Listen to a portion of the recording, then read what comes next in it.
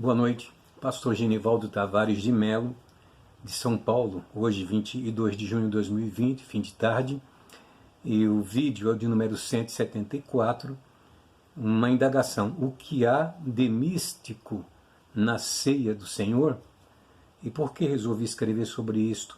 Porque fiz umas postagens tratando dos elementos da ceia, pão e vinho, principalmente o vinho, ou suco de uva, e alguém escreveu para mim, comentou, que há quem coloque questões místicas em relação à celebração da ceia, ou seja, como se acontecesse coisas de que estão fora da inteligência da razão humana, de poder compreender o que de fato acontece na celebração da ceia do Senhor. Bem, mas eu fiquei pensando o seguinte: seria quase que impossível falar de ceia sem falar da Páscoa judaica. Páscoa, me refiro àquela ocorrida quase 1500 anos antes de Cristo, e que foi uma sequência das pragas, a 10ª praga, a morte dos primogênitos, e daí em Êxodo 12 e 8, uma ordem expressa e muito clara da parte do Senhor, que eles matariam um cordeiro para cada família, e comeriam aquele cordeiro assado no fogo com pães asmos e ervas amargas, a comeriam e repartiriam com seus vizinhos se houvesse um excesso. O sangue do cordeiro seria esparzido na porta, nas ombreiras da porta, porque pela madrugada pela noite, o anjo da morte passaria na terra do Egito, e se não houvesse aquela proteção do sangue nos umbrais da porta, o primogênito morreria. Minha voz está bastante rouca, hoje eu fui ao escritório, talvez tenha falado muito, isso cansou um pouco, mas vamos lá. Então, a Páscoa judaica, ela tinha essa orientação, e, contudo, nas casas onde um cordeiro tivesse sido sacrificado e o sangue tivesse sido aplicado nas ombreiras, a promessa era quase que tudo ia correr bem, não haveria mortandade naquela casa, e a morte passaria por cima da casa onde houvesse o sangue na ombreira da porta. Não tem misticismo em nada aqui.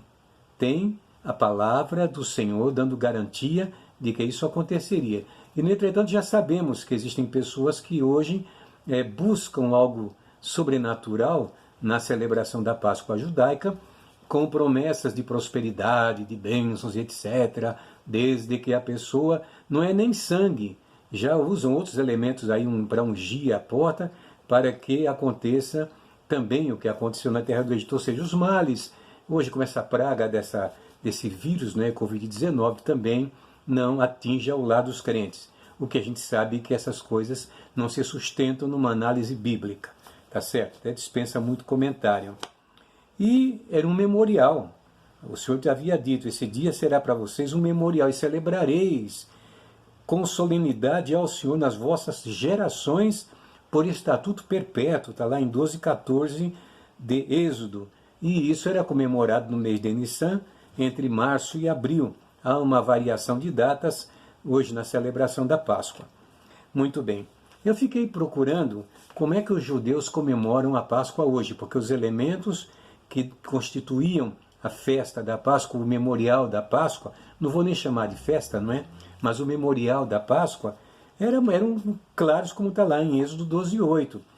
Carne assada na brasa, com pães asmos, com ervas amargas, assim deviam comer, com os lombos cingidos, inclusive, porque pela manhã já iriam sair da terra do Egito. E fui verificar como é que os judeus comemoram a Páscoa hoje.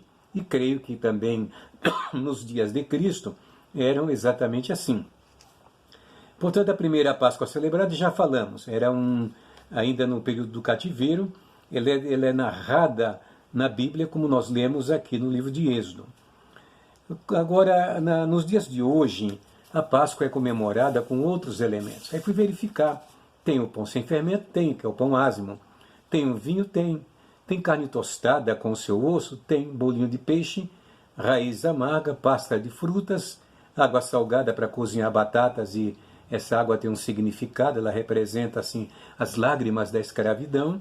E, obviamente, eu não sei de onde tiraram água salgada, porque não fazia parte dos elementos da comemoração da celebração da Páscoa. Então, veja, ao longo dos anos, entre os próprios judeus as coisas foram mudando, por conta da sua cultura, por conta da sua peculiaridade, não é? Das peculiaridades, enfim, do tempo em Israel, as coisas foram mudando. Vamos agora para a ceia. Então já vimos aqui, ninguém pode usar, inclusive, falando nessa questão aqui, não é o tema, por isso vou gastar poucos segundos, não é?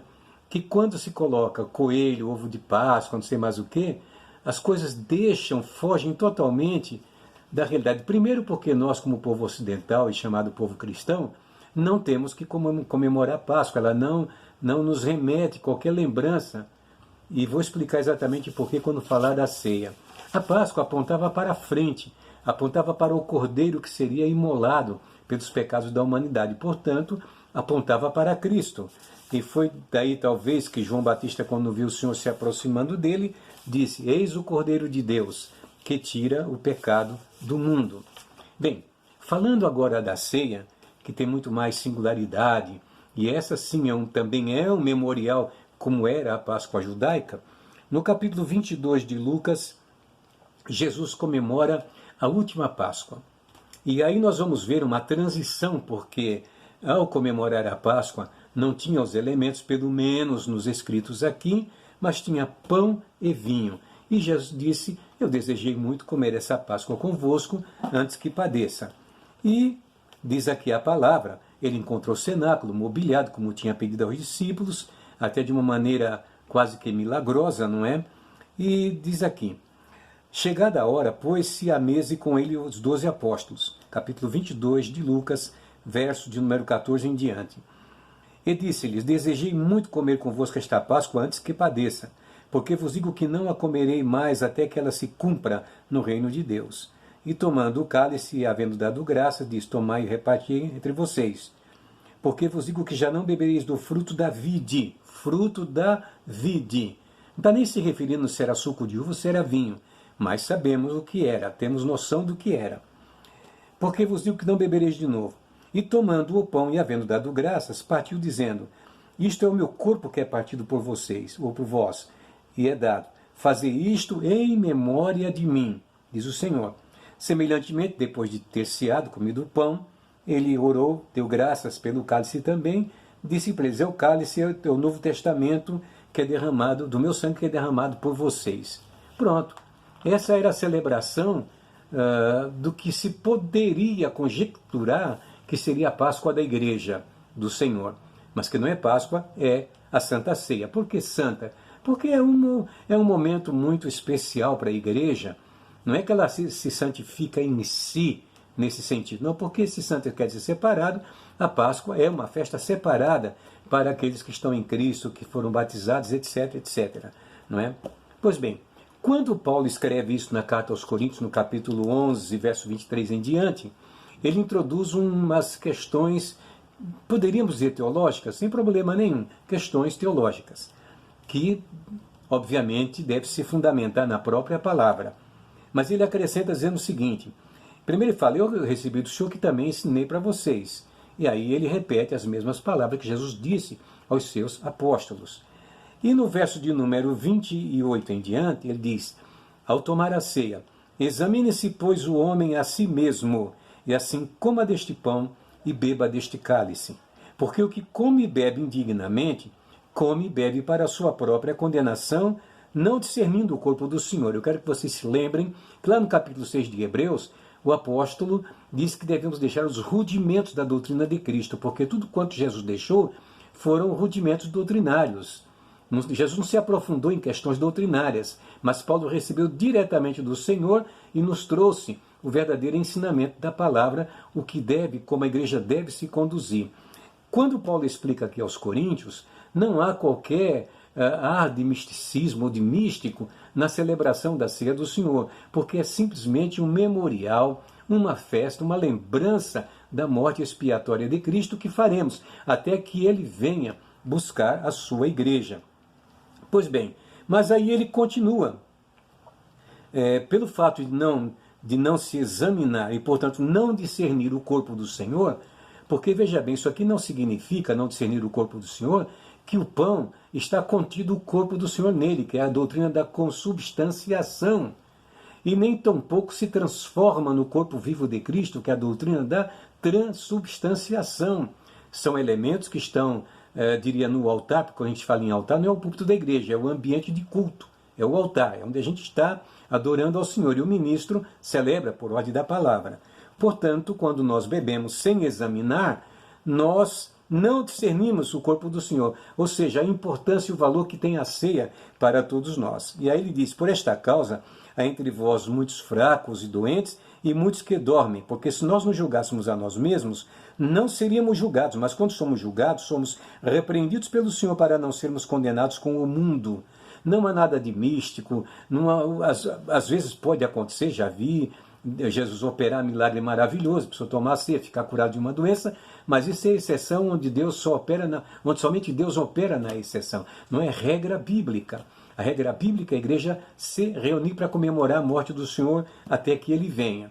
Portanto, não há nada de místico. O pão é o pão, o vinho é o vinho, e quando saem do serviço do altar, continuam sendo elementos naturais, que você pode dar para uma criança, que você pode fazer o que quiser. Tá certo? Não vai jogar o corpo de Cristo na lata do lixo ou jogar o sangue na pia. Não, isso não acontece. Não há esse sentido aqui. Até me lembrei do pastor João de Oliveira, de saudosa memória, que pelos idos de 1967 ele pregou na nossa igreja da Lapa.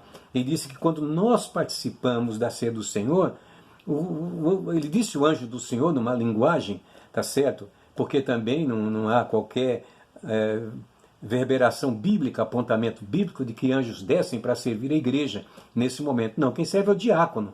Mas quando nós participamos do corpo e do sangue do Senhor, recebemos vida de Cristo, ou seja, é como se ela se multiplicasse dentro de cada um de nós, porque cada vez que celebramos a ceia do Senhor, examinando, olhando nossa vida, vendo se está tudo de acordo, porque não adianta viver numa vida desbragada, na prostituição, mas outras falhas, não é somente prostituição, adultério, não é somente isso não, há também outros pecados grosseiros que a gente, que às vezes pautam a vida do ser humano, e já vi alguns irmãos chegarem ao longo da minha vida a dizer, pastor, eu não sinto tomar Santa Ceia porque eu briguei com meu marido em casa. E a gente sabe que tem coisas que não provocam impedimento, não é isso que provoca o impedimento. Bom, é que ninguém brigue, é claro, mas as falhas humanas que muitas vezes possam acontecer, está lá na carta de João, filhinhos, se dissermos que não temos pecado, nós mentimos, mas se nós pecarmos, nós temos um advogado para com o Pai, Jesus Cristo justo, Ele é a propiciação pelos nossos pecados. Eu posso sim admitir que às vezes o inimigo trabalha para, digamos, acusar a consciência do cristão, e Paulo disse, se a tua consciência te condena, maior é Deus do que a tua consciência. Se ela te acusa, maior é Deus do que a tua consciência. Então temos que ter essa convicção de que estando em Cristo, protegidos, guardados por Ele, não é protegido, guardado pelo sangue, é protegido, guardados em Cristo. Quem está nele é nova criatura, vivemos nele, glorificamos a Ele, e o sangue de Jesus Cristo teve o único papel de nos purificar de todo o pecado. E quando participamos da ceia, nos lembramos, isso invoca a eficácia do sangue de Jesus para nos purificar de todo o pecado. Que é uma outra questão que usa o sangue de Jesus para tudo. O sangue de Jesus tem poder daqui, tem poder dali, mas todas as coisas são feitas no nome de Jesus. Deus nos abençoe. Espero que tenha ficado muito claro. Não há nada de, sobrenatural na celebração da ceia do Senhor, exceto que temos que estar com a nossa vida em ordem para poder glorificar o nome de Jesus. Portanto, grande abraço, beijo a todos, no nome de Jesus. Fiquem na paz.